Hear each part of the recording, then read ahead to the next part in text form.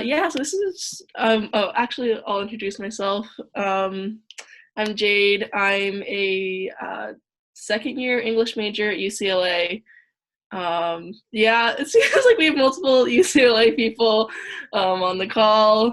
I think we're the majority, so that seems like we could take over if we wanted. Yeah, so I was a journalism intern, and I'm basically just going to talk about some of the projects that I did. Um, Specifically, oh, okay, sorry, kind of a lag on my end, talking about the Common Out English Learning Library, because this is something that I ended up spending a lot of time focusing on. I just had a lot of ideas of what would be cool to put in there, and when I started working on it, it was pretty empty, like there's maybe only a few projects in there, so I wanted to help fill it out and make it like a useful learning resource. Especially because I worked on the Coming Out features page first and learned kind of everything that we're supposed to be providing. And then, so that's like when I first learned about the learning library, and then I got to kind of make it after I advertised it, which I thought was a kind of a fun opportunity. So yeah, the first project I did, this was at the suggestion of Gwen and Matt, is just a quiz about like fun little, what kind of American city should you live in? I wanted to make something that was really kind of accessible to English learners and easy to take. And I thought a quiz was good because you can have these like one-word answers that are easy to understand. And I decided to do cities in America. I tried to do an international thing and it was really hard. But with America, I was able to base it on like personal experiences, and I looked at some travel websites. So the four cities were New York, Los Angeles, Chicago, and Austin, to kind of hit different regions in the US. And yeah, it was a fun thing. And it was fun because when I sent it in for notes, everyone was like, oh, I got this city, which is a fun little experience. And actually, one of the other team members, Sarah, made a UK version. So it was nice to see like some connection between our work, and she was able to use her personal experience. And her quiz even included like cultural notes that defined like specific things. I think maybe I'm making this up, but I think it defined like fish and chips and stuff like that. So I thought that was a really good work on her part. Yeah, and then the next project that I did was this timeline of the English language. Since I'm an English major, I've been like learning about this timeline. And of course, like I had to do a lot of research about, the best events to include and filling in all the gaps. And I think I did from about like 300 to like probably my last event was in like the late 1900s. So it was a pretty big time span. And I used InDesign for the first time too to like make this graphic. So there was a lot of new research and skills that went into making this for me. But I really wanted to make it because I think that learning about history of a language can help you learn the language itself and kind of understand it, especially because English is like this huge, messy disaster of a bunch of combination of things that I think it really helps to kind of understand why and how it got formed. Like, this is kind of a common anecdote, but I'll just repeat it. The thing, like, we have different words for meat versus the animal that it comes from. And you can like find the reason why on the timeline. So in 1066, with the Norman invasion, the Normans spoke French, or kind of like Proto-French, and they invaded and became the ruling England, where people were speaking Germanic languages because of the Germanic tribes invading England in the 400s.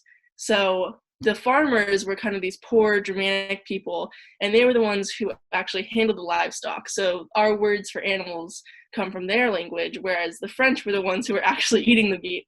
And so our words for meat come from them. So that's just like a little example of why it's good to learn the history of English. Yeah, the next project I did was this holiday calendar for America specifically. Yeah, I think that like learning holidays is a really big cultural element. Like I think when learning language, it's one of the first things that you jump into is like, oh, what are the holidays, and what's the culture? And since I come from like a very diverse area, I wanted to include a lot of like religious or national holidays that I saw a lot growing up, but that I didn't necessarily see talked about that much. For example, like there's a really high Indian American population where I live, and so a lot of people celebrate Diwali, and I always associate like October not only with Halloween decorations, well, not always October, but sometimes it falls in fall, but also like with people lighting up their houses and having all these decorations and stuff. So Diwali is this festival of lights. So people will decorate the inside and outside of their houses with lights. It's like you would think it's Christmas lights driving through the neighborhood, but I thought it was good to include stuff like that so people understand like the myriad of cultures that are celebrated in the United States. Yeah, and so this is like one of my favorite projects that I did. These are just book recommendations in English. This is based on personal knowledge, but also I asked some of my friends like what their favorite books were, which was a really fun experience. And also my mom used to be a librarian, so I feel like I had an edge in choosing these books. And I wanted to include like everything from picture books all the way up to like what you'd be reading in high school and college. And then within those categories, I included like a classic book and then a fun book and then like a kind of a more challenging or mature book, to try to vary up the levels within. And when I was making this project, I used WordPress for the first time to put it up on the website. And I had it all put up, and it took me a super long time because I didn't know how to use it. And then I sent it off to Gwen, and she was like, "Oh, the page is blank." And I looked at it, and it was like everything. I have no idea what happened, but everything had just been wiped, and there was no revision history. And I was like, I've been saving drafts the whole time. And so it was this whole thing. But then when I went back to remake the page, I remade it from scratch, and it took me like less than an hour because I had actually learned how to use WordPress at that point. So I got to see in real time the development of my skills. But yeah, I guess it goes to show that, you know, it was good to try something new, and I definitely learned a lot with this project. Yeah, and then that last thing, I kind of just finished this project, but I wanted to do kind of like a short story. It's more like a first-person blog where I lie about what I've actually seen and done. But my main goal was to write like in a very accessible style.